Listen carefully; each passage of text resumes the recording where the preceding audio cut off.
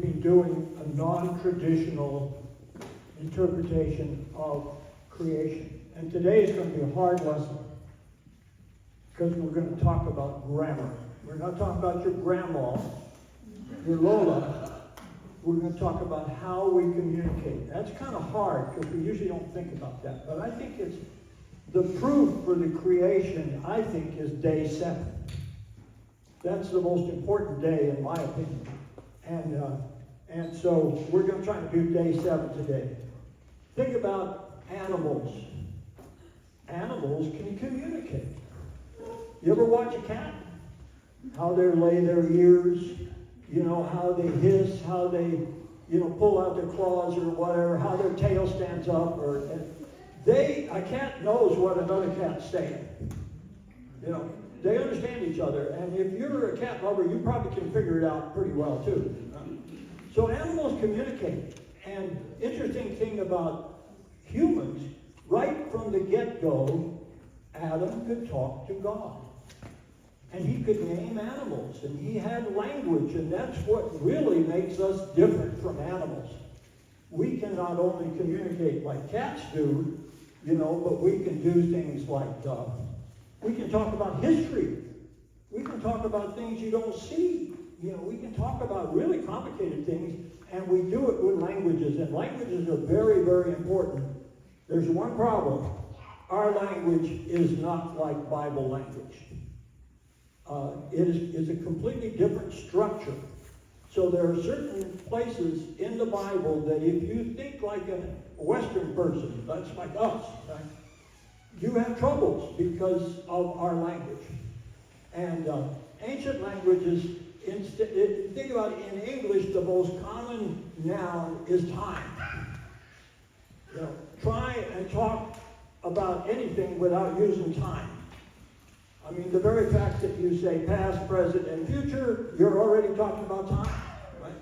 It's really difficult. And ancient languages, they focused on some aspect. An aspect is something about it. They saw something, they talk about that thing, but they're not talking about time. They didn't lay out things on a timeline. They couldn't do that because their language was different. And so, time languages are opposite to ancient ways of speaking of how and when things change.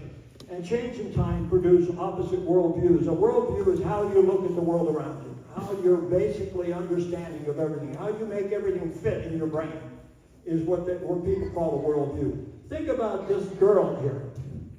In the one picture, she's drawing a vase and a flower. She hasn't finished. So the verbs in ancient times were continuing. She's continuing to draw the picture. On the other picture, she's done, right? And so she's finished. Ancient verbs, they work that way. You either were doing something or or it somehow was completed. And it's like language. I think all languages originally were this way. I think that the language that we speak, the English, the Western languages, were greatly influenced by the popes. Their ideas about time, about all that stuff came from 1,000 years of how they thought and how they built clocks in every town, and the clocks rang and told you when to get up and all that kind of stuff. It's a whole different way of thinking and talking. Think about this girl. She can say, I'm finished drawing the picture, and yet she can later on add something to it, right? So ancient languages, they told you when with the context. Think about Tagalog. In Tagalog, you can say something, like let's say you say, Alis. Alis can mean several things. You can say it to a dog. Alis, get out of here, right?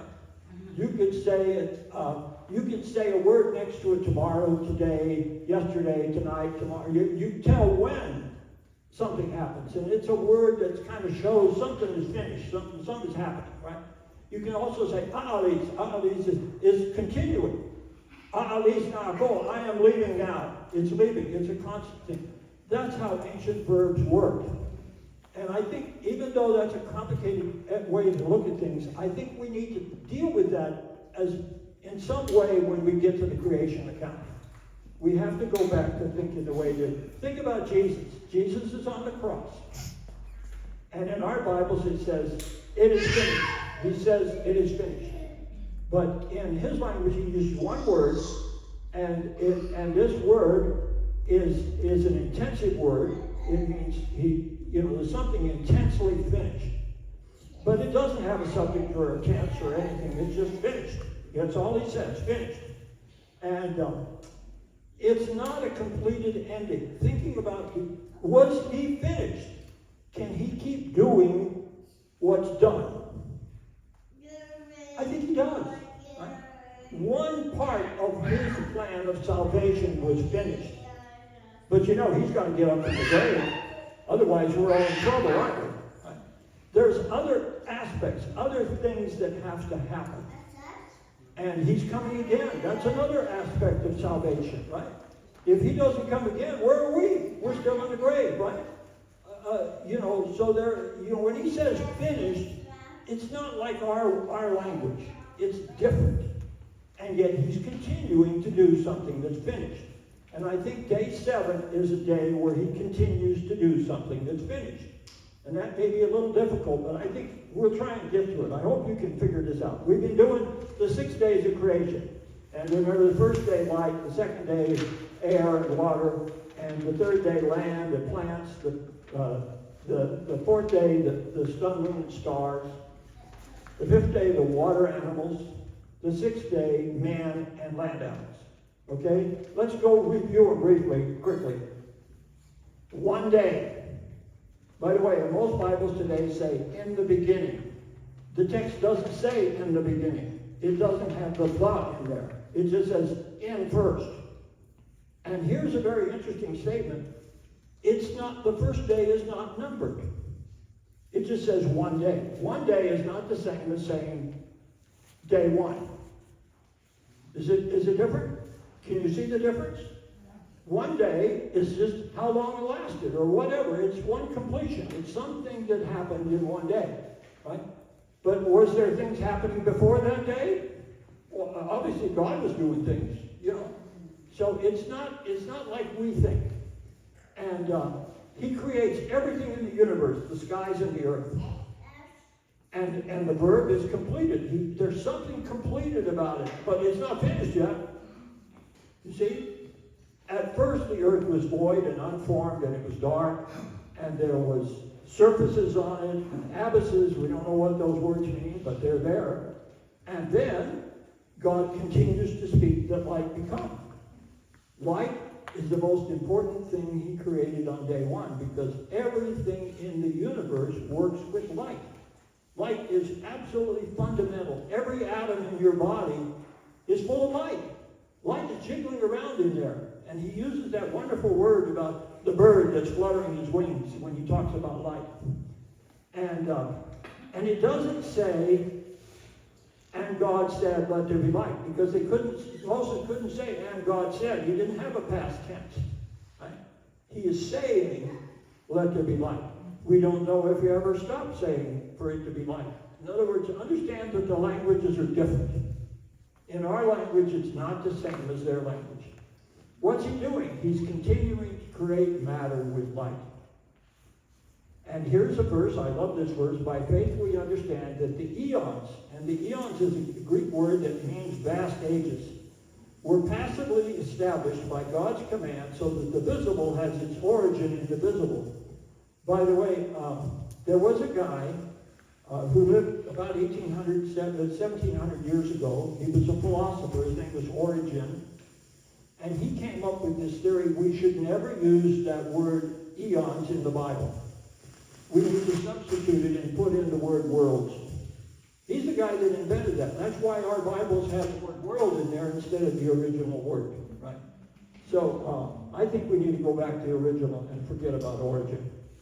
Day 2, water separated to ice clouds above and surface waters. How do we know they're ice clouds above? Because Proverbs 8:28 uses a word for a dust cloud coming from a geyser. Geysers of the deep are creating dust clouds. And then the atmosphere becomes a spreader. And there's that wonderful Greek Hebrew word, spreader. And it's not in any of the Bibles, but that's exactly what it means. It's the noun of the verb to spread out. And between the upper and lower waters, God called the rakia, skies, atmosphere. So what happened on day 2? There was ice that got put around the earth. How do we know that? Right? Because it tells us in Proverbs. Right? And after that, the atmosphere began to spread out. What was the atmosphere? It was the spreader. And here's that picture. I've shown you this picture before. This moon of Saturn. And on this moon, there's 100 geysers on the south pole of this moon. And here's a picture of what you might... The whole moon is covered with ice. All you see is ice.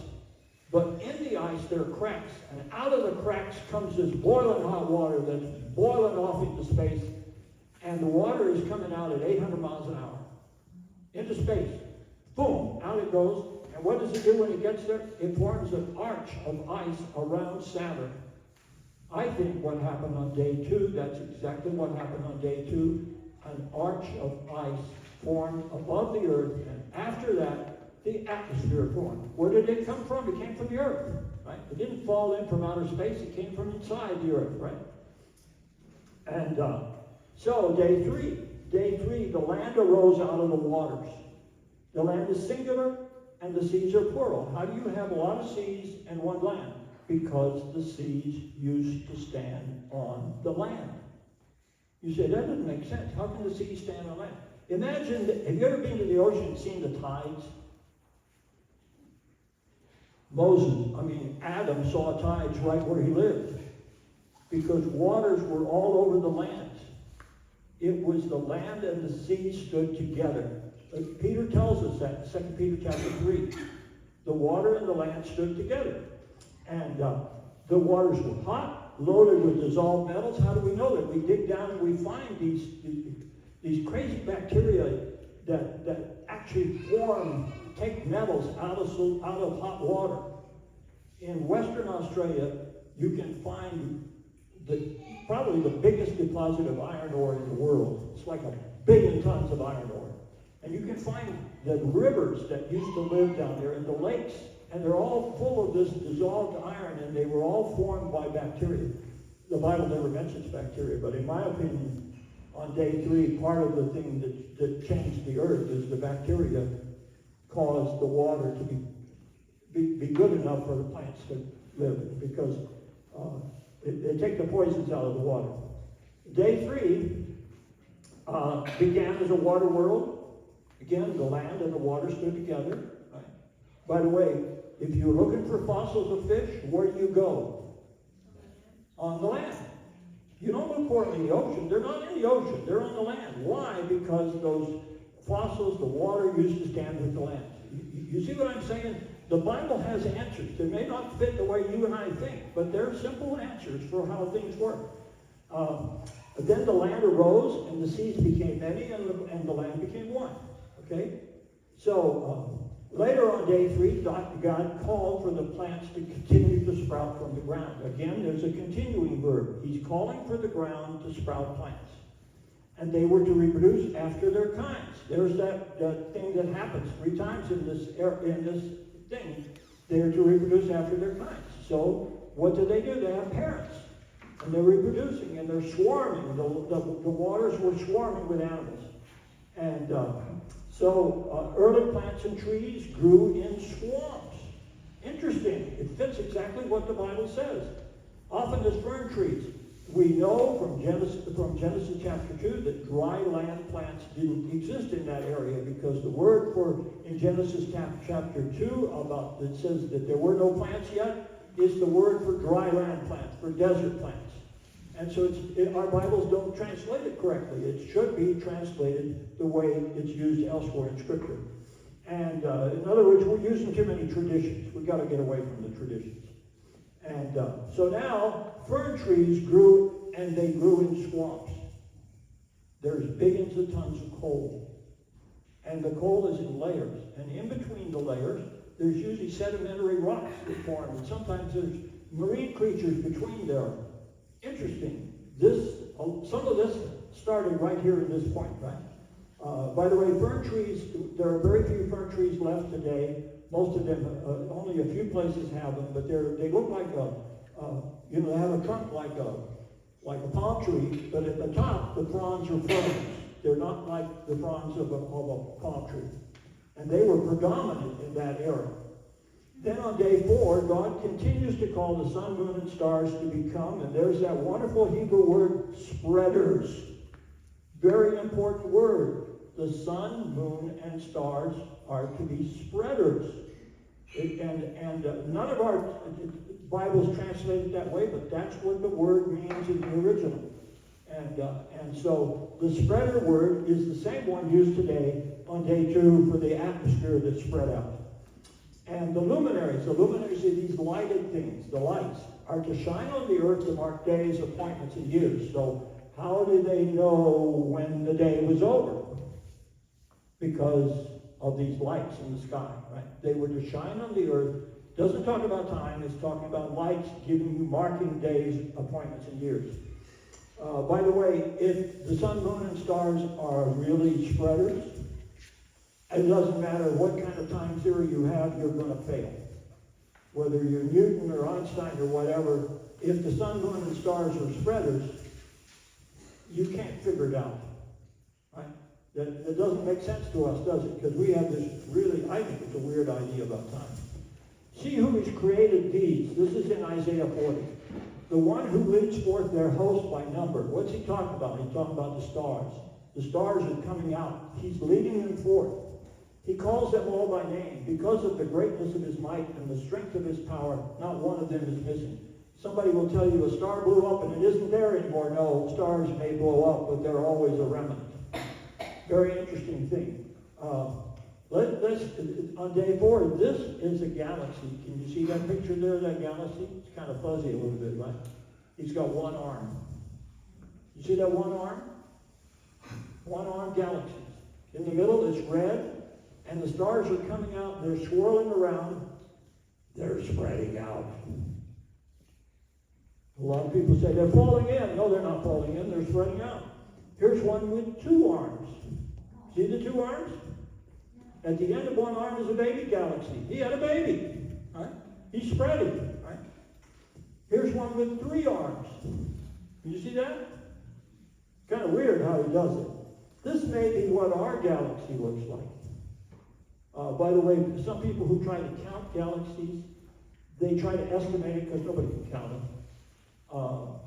But some people say it's 100 billion, some people say 2 trillion. We don't know how many galaxies there are, but they're beyond counting. They're absolutely amazing things, because the only place that you can see the creation era is, guess where? With telescopes, right? You can see how it happened, right? It's not, you don't have to be a rocket scientist to see things, right? Here, this guy here, it may be what our galaxy is. In the middle, there's a dust bar, and then the arms just started coming out, and then they split. So maybe we have 4 arms. It's hard to tell because we're trying to look at ourselves, and it's not easy to look at yourself. We don't have a mirror, we can't see. Early galaxies, their light shone much slower than modern matter. This particular galaxy, the light is shining 15.4 times slower. In other words, our atoms are going 15.4 times faster than theirs. Does that make sense? Doesn't. But that's what we see. This is a picture of a spreader. This comes from this is an animation. Can you see the little globs coming out? Right? Those globs, are they falling in? No, they're spreading out, aren't they? And what they can do, they can take a picture and then come back next year and take another picture and then come next year, and they can see the globs moving out. They're moving out. What are they doing? They're doing what God said. They're spreaders. Is that weird? It's interesting, isn't it? It is to me, anyway. Day 5, God commands the water to swarm with marine animals that move. Flyers fly in the spreader atmosphere. There's that word spreader again. The atmosphere was something that spread. He also created the large monsters, the great ones, the ones of the ocean. By the way, all that we know of, the fishes from the very get-go the marine animals, they were all carnivorous. They ate each other. Right? But the land animals, they ate vegetation. Different form of food. And some of these guys, they had huge teeth, right? Massive things, really great things. And again, where do we find marine fossils? On the land. Where are they? In layers of rock that formed in water, right? So very interesting. Why? Why did they form on the land? Because the modern deep oceans hadn't come to exist yet.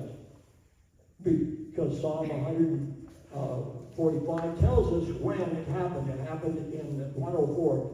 It happened in Noah's 600 years when the modern oceans began to spread out.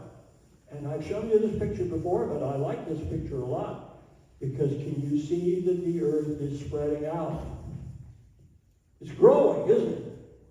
That doesn't make sense to a Western person. The artist who drew this, by the way, he lives in Israel. And he's an old man. He used to draw comic books many years ago.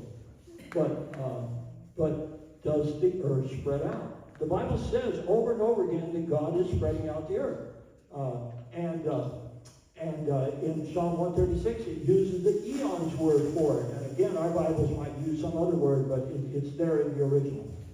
Day 6, God speaks to the ground to actively bring forth moving land animals, which include creepers, apparently insects. And they were to reproduce after their kinds. Again, kinds is something to do with reproduction, right? Fish don't become lizards. Apes don't become people. There is change. By the way, if you have two parents, you're not going to be the same as either one of them, right? If you have a twin, you may be the same as your twin. But there's some change. Why? Because everything is reproducing after its kind. So there's some of the genetics from the mother, some of the genetics from the father, and you have a different person, but they don't become something else, right? And so there's limited change, but change is marked within kinds. That's how the Bible teaches it, okay?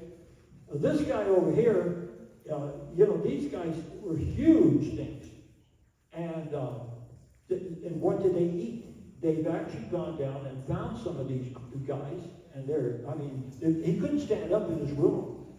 He'd have to pull his head down because his neck would go up into the second floor somewhere, right? And these are big animals. And what did they eat? They ate fern leaves. How do they know? They found some of them in their guts. They found the remnants of them in their guts. And then the plural God says, let's make man after our image. Why is he plural? Because he's more than one, and yet he acts as one. So it's a weird kind of combination there. And after our likeness. And man is different from all the animals. Man has the ability to communicate, has language, even to talk with God and understand God. Right? So Elohim is that word, plural God, is saying it's not good for the man to be alone. So what does he do? He gives him an operation, and the woman comes out of the man. All men from then on have come out of women, but this one came out of man, right? And so, and they were both in the image of God, right? Both of them were in the image of God. He didn't, by the way, in the Hebrew, he didn't finish making the man until he made the woman, right? The first word verb for making him, for creating, it's actually create, is a continuing. I'm going to continue to make man, and finally when he made the woman, he says, okay, I'm finished. Right? Interesting kind of thing. And so that's and then there's the rule that they shall become one. Right? They used to be the partners. They're to have a relationship together that is very close. And then the plural God is blessing them. He says, be fruitful and increase and fill the earth. And said, you rule over the fishes of the water and the flyers of the air and over every land animal. And the plural God is saying, I'm giving every plant bearing seeds which is on the surface of the ground, and every tree bearing fruits and seeds, it is becoming your food. And for every animal of the ground and every flower of the air, and for every moving land animal on the ground, whom is life, I am giving every green herbage as food. So notice that people and animals, land animals, ate vegetation. Different, isn't it? You like to eat a steak? Well, Adam didn't have to eat steak. You know, he went out and there was some really good fruit that he ate. And it was, and that's the way things worked back then. And then the Lord God is seeing all that he made, and behold, it is very good, and then it's becoming evening, and then it's becoming morning, day the 6th. So now, oh, by the way, this is that guy eating the fern leaves. You know, why did he have such a long neck? Well, maybe the tree was tall. Some of them were pretty tall, and the leaves are all up in the top. I don't know, but if this guy was alive today, he couldn't pull out his head. It would be too heavy. He couldn't walk. He'd be too big. Something has changed. Very, very interesting. Okay. So, I talked to you this before. I'll just briefly say it again. How do plants and animals change? Genetic change comes from parents. Again, it's limited. They don't change outside of their kinds. If you breed animals that are incompatible, you maybe get a mule or something, but mules don't reproduce. You see what I'm saying? There's a limit to how things work. Everything degenerates. All animals, all plants, everything is constantly degenerating. Maybe it's from stuff coming in from space, radiation, maybe it's viruses, whatever. There's lots of things. We're not the same as they were. They were stronger and better than we are. Live longer. Lots of things were different. But then in Job chapter 38 and 41, God says he changes animals. He specifically talks about desert animals, and the desert animals didn't exist at first. And he talks about these animals. He says, I did this. I gave this animal. So God is involved. How do you know when God does something? When God does something, things change together. Relationally, you find some bee or some wasp or something that needs this particular tree, and they work together. When you see relationships, understand God's involved. When you see deterioration, normal things are happening. When you see, animals having babies, that's normal stuff that God gave. But he still has control, and he still, and on some occasions, he can change things. How do you know he did it? It's relational. There's a lot of things happen in parallel, so that the beak of the hummingbird fits the flower, right?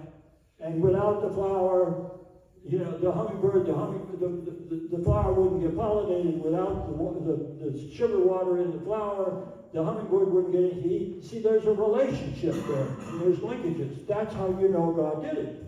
Okay, now we get to day 7. We have to go fast. Day 7.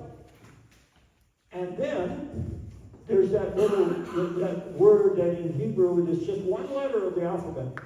And it says then, or next, or what happens. There's a sequence here. Even within each day, there are sequences. The skies and the earth are finishing, and all their hosts, their armies. The skies and the earth are finishing. Again, I'm using my own translation. The finishing word is a continuing word. How can you continue what you ended? You say, you can't do that. You can't do what's done. We'll say in English. But in Hebrew, you can do what's done. You can continue. It's not like our language. And then Elohim is finishing the work. Again, the finishing word continues. The work he did on the day the 7th. And then there's and then there's a sequence. He is ceasing on day the 7th from all the work of him which he did. And then Elohim is blessing the day the 7th. And then he is making separate or holy day of the 7th. For in them he is ceasing from all the work that Elohim created and work of him which he did. I'm trying to get as close to the original and still get into the English, okay? And so let's look at those finishing words. The first finishing word is passive. Something's happening. Doesn't necessarily mean God's doing it, but something happens, right? And the sequence, it happens next. It's imperfect. It's not ended. How can you end something that's not ended? It doesn't make sense in English, right? He ends something, but there's something about it that still goes on. I think that's really important to get that, because it helps us get understand why day the 7 is so important. And again, in English you can't do that because we are talking relative to time or some sequence that we have in our mind, right? English is a tense language, so finish refers to a point. If you say, I finished my homework, when did you finish your homework? At 8 o'clock, I finished it, it's done, right? But it isn't that way in ancient languages. You can finish something just like Jesus. He finished something and yet there's something more to do, right? And so you can finish some part, and we find that in day 1 of creation. He finished something, and then and later on he does something to it, right? So there's sequence there. And so, for example, God finishes completed verb, creating the skies, and then all the earth first. That's what he did right away. That's the first verse in the Bible. But then he goes on, he says, okay, let's do something with that. Let's call for light. Let's do things. And it's changing, right? So, at that stage, at first the earth was dark, and then he makes light, and things begin to happen. There's waters and stuff. Languages that did not use verb tenses or have a belief in time talked about something that was continuing or something that's completed. That's difficult because that's not how our language works. Our language has a lot of traditions from the medieval monks and stuff that built clocks and made all these theories of time. And when something happens or will happen depends on context. It's like Filipino language. When does it happen? You look for the context. You look for a word in the context that says tomorrow or today or something like that. Then you know you don't have to use verb tenses. And the second ending verb, sequence, is a continuing action, intensive or causative action. He's ending, he's stopping, but something's continuing. Is that weird? That doesn't make sense in English. You can't continue what you ended. But there's something going on. He's ending the intensity of something he's created. The heavens and the earth, he's going to not make any more heavens and the earth. But there's something still going on. There's something changing. Again, ancient languages allow you to do that. And then the resting verb. Again, it's a continuing action. He's resting. He continues to rest relative to the intensive work that he did during the first week. How long did it take to make the heavens and the earth? It took 6 days, right? He continued to make the heaven and the earth for 6 days. And now he's going to rest, right? But the fourth and fifth, the blessing verb, sequence, continuing action, he continues to bless. Again, interesting. The sixth, making holy verb, sequence, continuing action, or separating. Again, he's continuing to bless this day, right?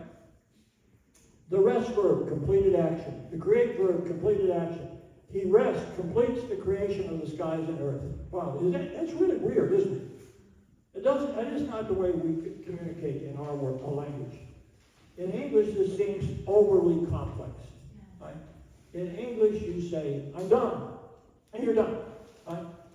But you can be done and continue to do something in that language because they weren't thinking about time. Does that make sense? And why is that important? He didn't just stop working. He stopped making stars, but then something happens. Over and over in the Bible calls the stars spreaders. Right? And he's calling them to come out. In Isaiah, over and over again, we see the stars are supposed to be spreaders. And so think about this. This is a galaxy. Right? What's that in the middle of the galaxy? Like that. That's a dust bar. What's a dust bar? Where did the dust bar come out from? Came out from the core, right? What about the arms? The arms are made of stars. Are the arms continuing to spread out? Yeah, they're rotating out. They're rotating around. They're spreading out. We can look at a picture of these guys. What's happening? He stopped making stars. You get that? But is there something still going on? Dust replaces the stars. Can you see that? That makes sense? Is he continuing to spread out the stars? Yes, but he's not making new stars. When did he stop making new stars? On day the 6th. That makes sense? I hope it does. It's good. This is the The next verse, verse 2, says, the genealogical annals of the skies and the earth to be created of them in the day Yahweh Elohim, which is two words, made earth and skies. This is part of the Genesis that's found in the Dead Sea Scrolls. It's part of probably the oldest piece of Genesis we have, and it's talking about this very thing. He says, notice, he says, the skies and the earth are also creating things. That makes sense? He created something. He stopped creating, but the skies and earth, the genealogies, that they have something going on from the skies and earth. And so genealogy, by the way, the word genealogy is very interesting. It's in Genesis over and over again. We have the genealogies of Noah, of Adam, of Ishmael, of Jacob, and they list their family trees. But it's not like our family trees, because if you say son, it could be the grandson. For example, Jacob says, you know, I had 33 children from Leah and when we went to Egypt. Well, they weren't all his children. Some of them were his grandchildren. Some of them were his great-grandchildren. Why? Because they used the word son for more than one. It was your male descendants. Same for women. You know, the girls, they also are listed that way. And so the genealogy of the heavens and earth are listed, not just of people, but of how the heavens and earth formed. Okay, here we go. This is a picture of a bunch of ancient galaxies. Now, there are places in the sky that are fairly dark, and we don't see any close-by galaxies. And if you look through those spots, and you keep looking and looking and looking and gathering the light and putting it in, storing the light up and making a picture over hours and hours and hours, you know what? You find lots of little galaxies. Lots of little galaxies. And they don't look like modern galaxies. They don't look like ours. Some of them look like a pool noodle. Some of them look like globs in a string. This one, you can see, they're rotating. This is a cluster. A cluster is a whole bunch of galaxies that all were much closer together at one point. If you were to take a grain of sand or something, maybe a pea or something, and put it out at arm's length, and that pea or a grain of sand or whatever it is that you had, that little object that you got, and you put it up in the sky, and it covered one little spot in the sky. How many stars and galaxies were behind that star spot? That little pea or that little grain of sand or whatever? Innumerable ones. Is God great? Is he just the God of Israel? Or is he just the God of the earth? Or is he just the God of our galaxy? No. There are probably trillions of galaxies. And they all do exactly what he said. They're all spreaders. You get that? That's not what our translators do, because there's a long tradition, and we don't want to say it that way. But that's what the text says. I believe we should do what the text says, right? And so there they are. There's the spreaders. And here's one of the spreaders. And what's he got in the middle of it? He's got a dust bar. What happened on day 7? He stopped making the sun, the moon, and the stars. But did they keep spreading out? How do we know they spread out? Instead of stars coming out of the core, dust comes out. That makes sense? I think day 7 is very, very important because it helps you understand how ancient grammar worked. Because when you see the stars and the planets and what they do, they exactly fit the text, but not if you try to make it fit English language. Does that make sense? That's weird, isn't it? We don't want to think that outside of our language. Our language puts blinders on it. It puts us into a place that this is how we communicate. This is how it works. This is how I know how to talk. Right? They didn't talk like we do. And I think when it comes to creation, you have to go back to thinking the way they did. All right? That's a complicated issue, but I hope I didn't overbear you with grammar. I think it's important, okay? And so, what are we going to do next? Well, next month, I think we'll review chapter 2, And we'll go to chapter 3. And by the way, here's a tidbit for you. The Garden of Eden was in the east. What does east mean? It meant first. It was the earliest garden. Right? We don't know what direction it was in, but it was the earliest. East was the language of early, of what first comes first, right? So he made the first garden. And that's hopefully what we'll do next month. Anybody have any serious questions? This is a tough subject. I really put on you a really hard one, right? I have one. Yes. What country is Adam and Eve started? Do you know? Well, how do you know when the earth wasn't the same size? So we don't And it know. was covered with water, right? There was land. By the way, the Garden of Eden was higher than the other land because the rivers came out of the land and flowed all around the land. So which way the rivers go, they go downhill, right? So it was a high point. We have no idea where it was. There's anybody who tells you, I think I know where the Garden of Eden is. He doesn't. He doesn't know. I don't know. Nobody knows. Yes, ma'am. With all those glorious pictures you showed us of the galaxies Right. and stars, where is heaven, do you think? You know, in the Bible, the word heaven is usually plural. So, for most of the part, when Jesus comes, he says, he has his disciples teaching, and he doesn't say the kingdom of heaven, he says the kingdom of heavens. Heavens is plural. The skies, he's saying the kingdom of the skies. We don't know where heaven is. No one has gone there. You know, in the Old Testament, no one was gone there. The saints now are with him, but without bodies. You know, we don't understand it. It's a different world. Right? But one thing we can know, he's going to make a physical world where we will live and eat, and we won't have to sleep. We won't need the sun and the moon, yet we will be able to count months and years because the tree of life will give you a marker for how when a month is, because there are 12 different kinds of fruit. It's going to be a physical world. We'll be there, and we'll rejoice because he's got a plan for us. You put your faith in him, you cannot go wrong. You cannot go wrong. He is the God who's great. His greatness is beyond any comprehension. He could make all these galaxies that we could never count them. We could never even understand them. They're beyond our understanding. By the way, if you think about how the scientific universe is the most magical universe of all, I think.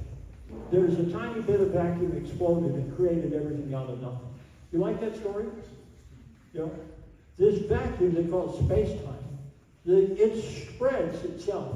It stretches itself. What's stretching? The vacuum is stretching. As the vacuum is stretching, what's happening? All the light is stretching with the vacuum. Ever seen anything as weird as that? Why do they make these weird stories? Why do they make up all these crazy ideas about invisible matter? Let's see, 60% of all the matter, at least, is invisible. Why is it invisible? It's got to be there because our laws don't work unless we put invisible matter in there.